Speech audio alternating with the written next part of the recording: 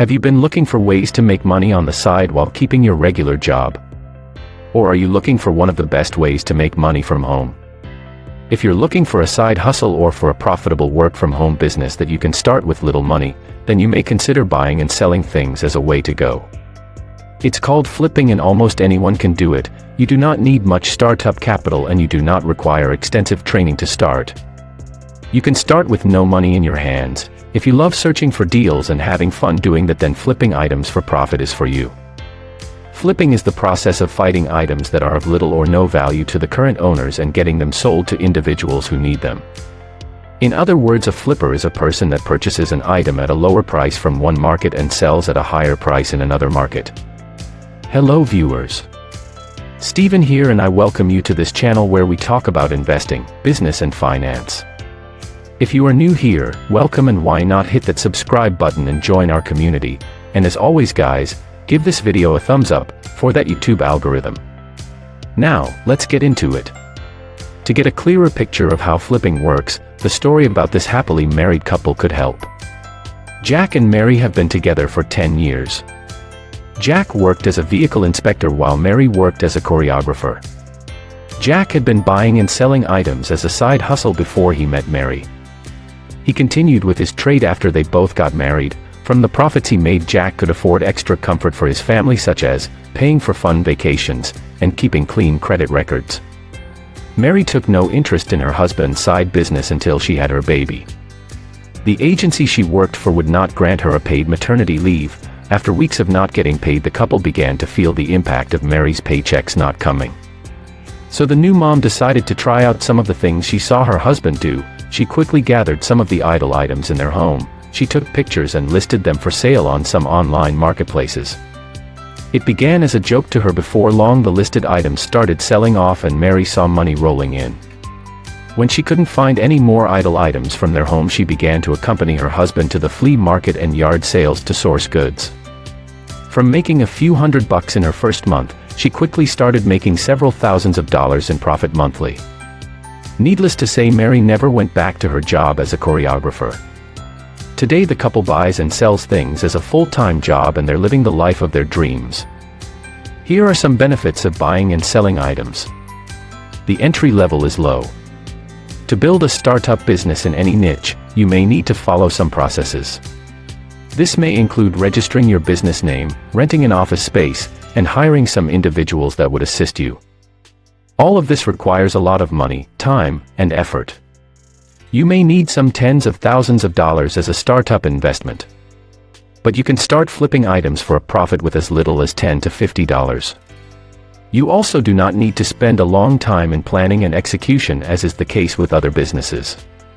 Flipping is something you can start doing today. If you want to, it can be done while you keep your regular job. You do not need all the time in the world to succeed in this business of buying and selling.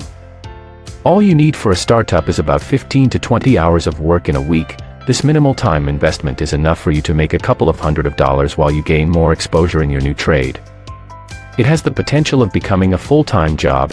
As your abilities increase, you may start making enough money that could replace your current salary. Then you may consider putting more time into it. Just like in the case of Jack and Mary we saw earlier. Flipping could become your full-time job. What's more, you become your own boss and are in full control of your own time. It brings extra income. If you're currently living paycheck to paycheck, you may find that it's a struggle to meet up with your bills. You may be finding it difficult to pay your credit card debts and your mortgage. You may even not have extra money to explore some of your fantasies, but an extra income from flipping could give you the needed dollars to live to your dreams and stay debt-free. It is a win-win for everyone to find an item that you could sell. Means someone somewhere wants to clear their home from excess baggage. They may sell to you at a low price. At the end of the day, they're happy to get some money from a product they don't need. Then when you sell to an individual who needs this item, they're happy to get what they're looking for. On your part, you're happy to deliver value, but also for the good profit you've made from a little effort. Simple steps to become a flipper. 1. Start from your home and neighborhood. Look around your home, go from one room to the other and then to every corner of your home. If you have a large home, or maybe you got a huge stack of items, start from one section at a time. You may arrange all the items you could find into 3 categories. The first category should be the items that are still useful to you. These are items that you would want to keep. The second set should be items that may not be useful either for you or for anyone else. This second category of items should be trashed. Then the third category is where you'd place all the items that you no longer need but could be useful for someone else. These are the items you should clean up and prepare for the market. Rearrange your home and put back the first set of items to their right positions, while you trash the second set of items. The third category is what you're looking for and you now have them. Besides your home, you may look around your neighborhood.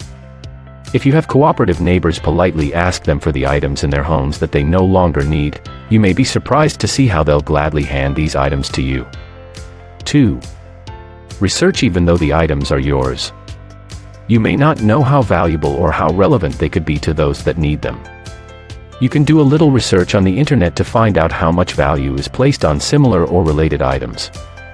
Armed with the information you've got, you'll know the estimated price at which you could sell your products. Even though you're still at a beginner stage, you wouldn't want to shortchange yourself. 3. Take photographs. You should take photographs of all the items you're going to put up for sale. You do not need a high-tech camera to do this. All you need is your smartphone. Place the items one after the other on a spot in your home with a clean background. Capture each item from different corners such as front view, rear view, side view. You may take several shots at a time and then you can select the best captures afterward. Make sure there's good lighting in the room. You may need to use some common photo editing apps to make the photos look brighter. Most of these apps are downloadable online and are easy to use, but this is not entirely necessary. 4.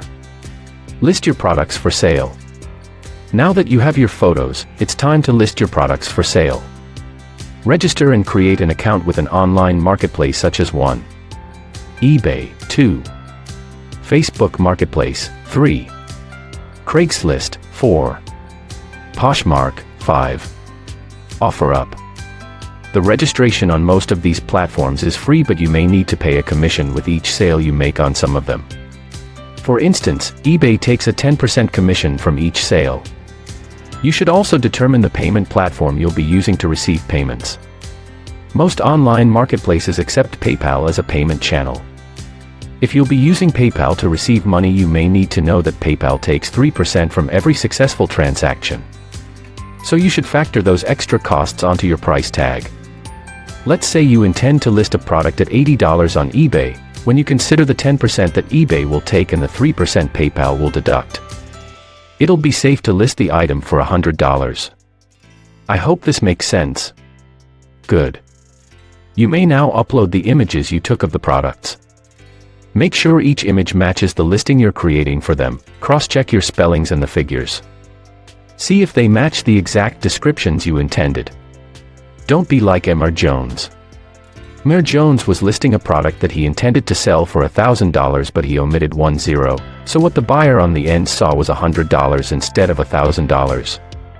This was an item Jones bought at the cost of $250. You could imagine how frustrated he was when he found out his mistake. 5. Packaging and shipping your products. Check the size and the weight of each item before listing them for sale. Record the measurement of the sides of the material you'll be using for the packaging. The shipping company will charge you according to these figures. There are 2 ways you could charge your buyer for the shipping. 1. List the shipping cost side by side with the price for the item. Let's say you're listing a vintage radio receiver. The price is $200 and the shipping cost is $20. List both prices separately so that your buyer will know they're paying for the 2 different charges. 2. Include the shipping cost and the overall price you'll be listing your item for, then list the shipping cost is free. Using our previous example, let's pretend you are listing the vintage radio receiver. Instead of listing $200 for the item and $20 for the shipment separately, you may want to list the item for $220 and then label the shipment as free.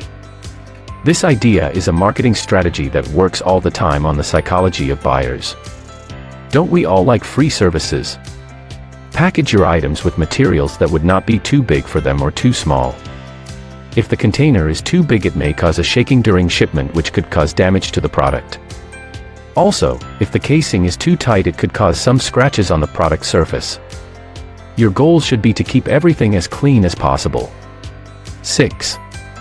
Scale your business. Now that you've tested your skills in buying and selling things, you would have learned how cool it is to make money from this business. It's time to scale your merchandise. You can check out other supply sources. You may want to look beyond your home or those of your neighbors to source for the goods you'll sell. It's time to go treasure hunting. Look for items that are underpriced at places like 1. Yard sales. 2. The flea market. 3. Auctions. 4. Estate sales. 5. Thrift stores. 6. The junkyard. Here are some items you can easily flip for profit. 1. Furniture.